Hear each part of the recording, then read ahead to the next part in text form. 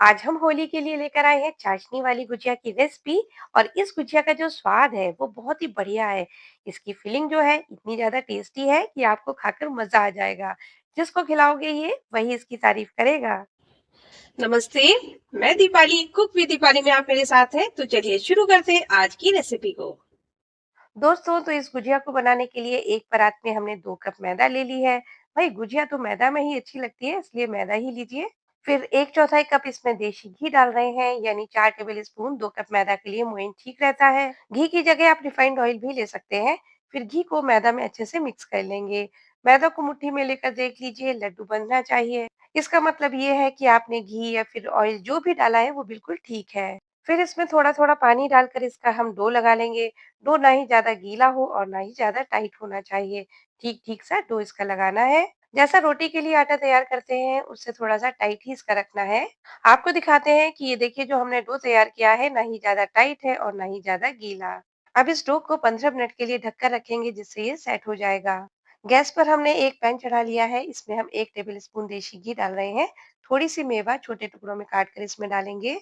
मेवों में हमने काजू बादाम और चिरौंजी ली है। अगर ये मेवा आप गुजिया में ना डालना चाहें तो इस प्रोसेस को स्किप कर सकते हैं। मेवा डालने से गुजिया का टेस्ट बढ़ जाता है, खाने में अच्छी लगती है। लो मीडियम फ्लेम पर 1.5-2 मिनट मेवा चलाने के बाद इसे पैन से बाहर निकाल लेंगे। मेवा निकालने के बाद इसे पैन में हम 250 ग्राम खोया डाल रहे हैं। थोड़ी देर इसको मीडियम फ्लेम पर लगातार चलाएंगे, जिससे ये खोया हल्का सा भुन जाएगा। खोया पहले हल्का सा भून लेने पर क्या होता है कि ये खोया जो है हल्का सा सूख जाता है, जिसकी वजह से गुजिया की स्टफिंग काफी अच्छी बनती है। गुजिया ज्यादा दिनों तक चलती है, खराब नहीं होगी। अब ये खोया थोड़ा सा भुन चुका है। इसमें हम डाल रहे हैं आधा कप गरी का बुरादा। अब इसको भी इसी के साथ भून लेते हैं थोड़ी देर के लिए। गरी के बुरादे की वजह से जो स्टफिंग है गुजिया की काफी अच्छी बनती है। इसे हमने 1.5-2 मिनट और भून लिया है। फ्लेवर के लिए इसमें हमने डाल दिया है इलायची का पाउडर, आधा छोटी चम्मच। इलायची पाउडर को खोए में चलाकर मिक्स करेंगे, फिर गैस को बंद कर देंगे। इस खोए को एक बोल में निकाल लेते हैं। अब इसे पूरी तरह से ठंडा होने देंगे। अब चाशनी बनाएंगे तो गैस पर कढ़ाई को चढ़ाकर हम 1 कप चीनी और इसमें हम डाल रहे हैं 1.5 कप पानी। चाशनी 1 या 2 तार की नहीं बनानी है, बस चिपचिपी शहद जैसी चाशनी बनाएंगे इसकी। जैसे रसगुल्ले की चाशनी होती है, ठीक वैसे ही इसकी चाशनी बनाएंगे। गैस की फ्लेम को हमने मीडियम कर रखा है। जैसे ही चीनी घुल जाती है, इसमें हम थोड़े से केसर के धागे डाल देंगे।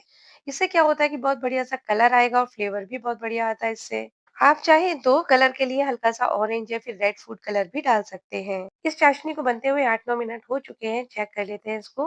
अब ये चाशनी बन चुकी है। देखिए, बिल्कुल तार नहीं बन रहा है इसमें और चिपचिपी सी चाशनी बन करके तैयार हो गई है। साइड में रखते हैं इसे। इधर खोया भी पूरी तरह से ठंडा हो चुका है। 2 टेबल स्पून इसमें हम पीसी चीनी डाल रहे हैं। खोया अंदर से फीका ना लगे, इसलिए थोड़ी सी चीनी जरूर डालें। फिर फ्राई की हुई मेवा डाल देंगे इसमें और मिक्स कर लेंगे। आप चाहें तो इसमें थोड़ी सी किशमिश भी डाल सकते हैं, पर जो भी डालें हल्का सा घी में फ्राई करके डालें। गुजिया के लिए खोए की स्टफिंग तैयार है। ये हमने एक बोल ले लिया है। इसमें हम 2-3 टेबल स्पून के लगभग पानी डालेंगे और इसमें एक छोटी चम्मच मैदा डालकर मिक्स कर लेंगे। अब ये मैदा का घोल बन करके तैयार हो गया है। बहुत ज्यादा ना गाढ़ा है ना ज्यादा पतला। इधर अपनी मैदा भी सेट हो चुकी है, तो 1 मिनट के लिए इसे फिर से मसल लेते हैं। इससे ये काफी अच्छे से सॉफ्ट हो जाती है। इसको हम 2 हिस्सों में डिवाइड कर लेंगे। उसके बाद इसके एक हिस्से को लेकर किसी प्लेन सरफेस या फिर चकले पर इसे पतला लंबा रोल कर लेते हैं। चाकू की हेल्प से छोटी छोटी लोइयां काट लेंगे। इससे इक्वल साइज की और जल्दी से बहुत सारी लोइयां बन जाती हैं। फिर एक लोई को लेकर बिना सूखी मैदा या फिर ऑयल लगाए इसे पतला बेल लेना है। इस पूरी को बहुत ज्यादा मोटा या फिर पतला नहीं बेलेंगे। बिना ऑयल लगाए ये आराम से बिल जाती है। पूरी के बिल जाने के बाद गुजिया बनाने वाले सांचे पर इस पूरी को रखेंगे। गुजिया का सांचा हर घर में आसानी से मिल जाता है। पूरी को सांचे के ऊपर रखने के बाद मैदा का घोल लगा देंगे किनारे पर। अब इसमें खोए की स्टफिंग को भरकर सांचे को अच्छे से बंद कर देंगे और जो एक्स्ट्रा पार्ट है उसका निकाल देंगे। अब ये लीजिए, एक गुजिया बन करके तैयार हो गई है। ठीक इसी तरह से बाकी गुजिया बना लेंगे। ये जो हमने गुजिया बना करके तैयार की है, चलिए सेकते हैं इसको। गुजिया को सेकने के लिए बहुत ज्यादा तेल या फिर घी गर्म नहीं चाहिए। मैदा की छोटी सी गोली आप तेल में डालकर देख सकते हैं। गोली डालने के बाद जब बबल्स उठे वो धीरे धीरे ऊपर की तरफ आनी चाहिए। ये घी जो है बिल्कुल ठीक गर्म है, तो अब इसमें हम गुजिया डाल देंगे एक एक करके। गुजिया उतनी ही डालें जितनी आप आराम से चला सकें, यानी पलट सकें। हमने एक बार में 5 गुजिया डाली हैं, तो जब ये नीचे की तरफ से ये हल्की सी सिक जाएंगी तब इन्हें पलट लेंगे। बीच बीच में थोड़ी थोड़ी देर बाद इन्हें उलटते पलटते गोल्डन कलर आने तक सेक लेना है।